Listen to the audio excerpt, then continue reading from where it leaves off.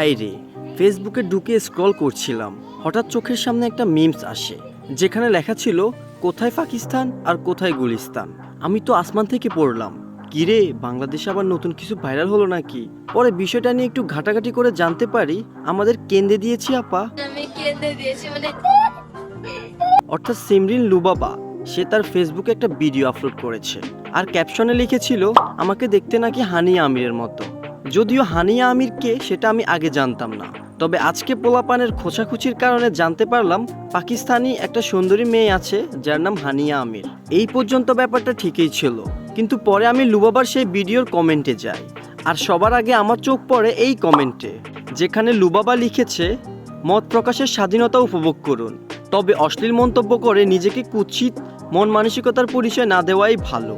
আর তারপরে আমি দেখতে পাই ওমা আমার চাচাতো ভাইদের কমেন্ট। এইগুলা ছিল আমার চাচাতো ভাইদের কমেন্ট, মানে একটা কিছু পাইলেই তাদের শুধু ঠেলা দিতে মন চায়।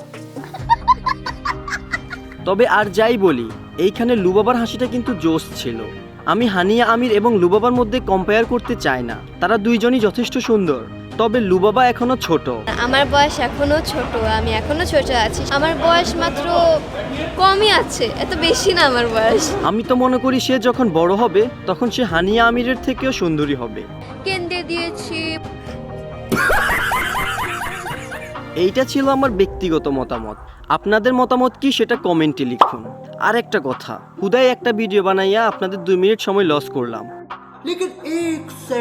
তার জন্য ক্ষমা। शाबाश बेटा। মাঝে মধ্যে এরকম 2-1 মিনিট সময় নষ্ট করার জন্য চাইলে আমার চ্যানেলটি সাবস্ক্রাইব করতে পারেন। हम आपको चूतिया नहीं बना रहे हैं, आप चूतिया हैं।